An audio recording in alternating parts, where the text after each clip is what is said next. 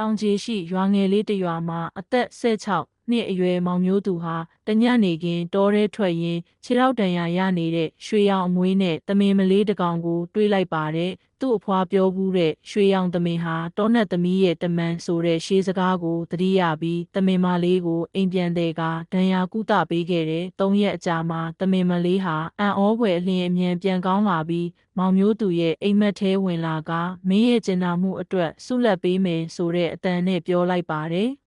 နောက်တနေ့မနက်မောင်မျိုးသူနိုးတဲ့အခါသူ့ရဲ့လက်ဖွားမှာရွှေရောင်တရွက်ပုံစံအမှတ်သားပေါ်နေပြီးသူ့ရဲ့လက်နဲ့ဘလို့ပင်ကိုမဆိုထိလိုက်ရင်အသီးတွေဖူးပွင့်လာတာကိုတွေးလိုက်ရပါတော့တယ်။ဒီအစွမ်းကိုသုံးပြီးသူဟာရွာသားတွေရဲ့ခြောက်တွေ့နေတဲ့တတိချံတွေကိုပြန်လဲစိမ့်လန်းစေခဲ့ပါတယ်။ဒါပေမဲ့တနေ့မှာရွာသူကြီးရဲ့သားမောင်လှရွှေကဒီအကြောင်းသိသွားပြီးသမင်ကိုဖမ်းဖို့လိုက်လာတဲ့အခါမောင်မျိုးသူနဲ့သမင်မလေးဟာတောအုပ်နက်ကြီးထဲထွက်ပြေးခဲ့ရပါတယ်။တောနက်ထဲမှာသမင်မလေးဟာအစစ်မှန်တောနက်သမီးရဲ့သမီးငယ်ဖြစ်ကြောင်းဖော်ပြလိုက်ပြီးမောင်မျိုးသူကိုသူ့ရဲ့နောက်ဆုံးစမ်းသပ်မှုအဖြစ်ဒီရွှေရောင်တရွက်အစွမ်းကိုဆွန့်လွတ်ဖို့တောင်းဆိုလိုက်ပါတယ်။မောင်မျိုးသူသူ့လက်ဖွားကအမှတ်သားကိုရေထဲမှာဆေးချလိုက်တဲ့အခါတောနက်သမီးကိုယ်တိုင်ပေါ်လာပြီးသူတို့ရွာကိုထာဝရဖြူစင်တဲ့စမ်းရည်တွေပေးသနာခဲ့ပါတယ်။နောက်ပိုင်းမှာမောင်မျိုးသူရဲ့အမွေဆက်ခံသူတွေဟာတစ်ပင်နဲ့စကားပြောနိုင်တဲ့အစွမ်းရရှိသွားပါတယ်။ရွာလေကစမ်းရည်ဟာလည်းဘယ်တော့မှမခန်းချောက်တော့ပဲ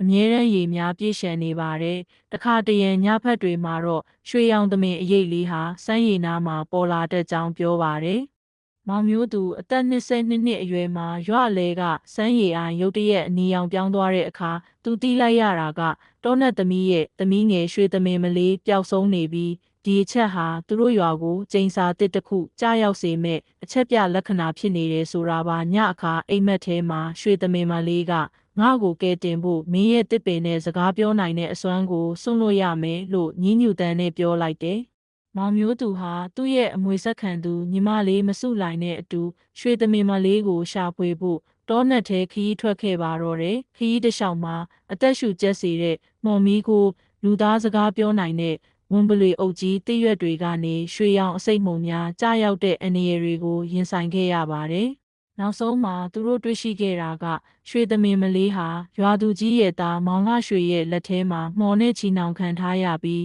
သူ့ရဲ့ရွှေရောင်မွေးတွေကိုနေ့စဉ်နှုတ်ယူကာရွှေချောင်းအဖြစ်ပြောင်းလဲနေတာပါမောင်မျိုးသူဟာသူ့ရဲ့နောက်ဆုံးအစွမ်းဖြစ်တဲ့တစ်ပင်နဲ့စကားပြောနိုင်စွမ်းကိုစွန့်လွတ်ပြီးတစ်ပင်ကြီးတစ်ပင်ဖြစ်သွားကသူ့ရဲ့အကိုင်းခတ်တွေနဲ့မောင်လှရွှေကိုချီနှောင်လိုက်တဲ့အခါရွှေသမင်မလေးလွတ်မြောက်သွားခဲ့ပါတော့တယ်။မောင်မျိုးသူဟာလည်းရွှေရောင်တစ်ပင်ကြီးဖြစ်သွားပြီးအန္တရာယ်ကြိုသိနိုင်ပြီးရွာသားတွေကိုစောက်ရှောက်နေပါတော့တယ်။မောင်မျိုးသူရဲ့ညီမမစုလိုင်ဟာသူ့အကိုရဲ့အမွေကိုဆက်ခံပြီးတရွက်တွေနဲ့ယောဂပြောက်အောင်ကုသနိုင်တဲ့သူဖြစ်လာပါတယ်။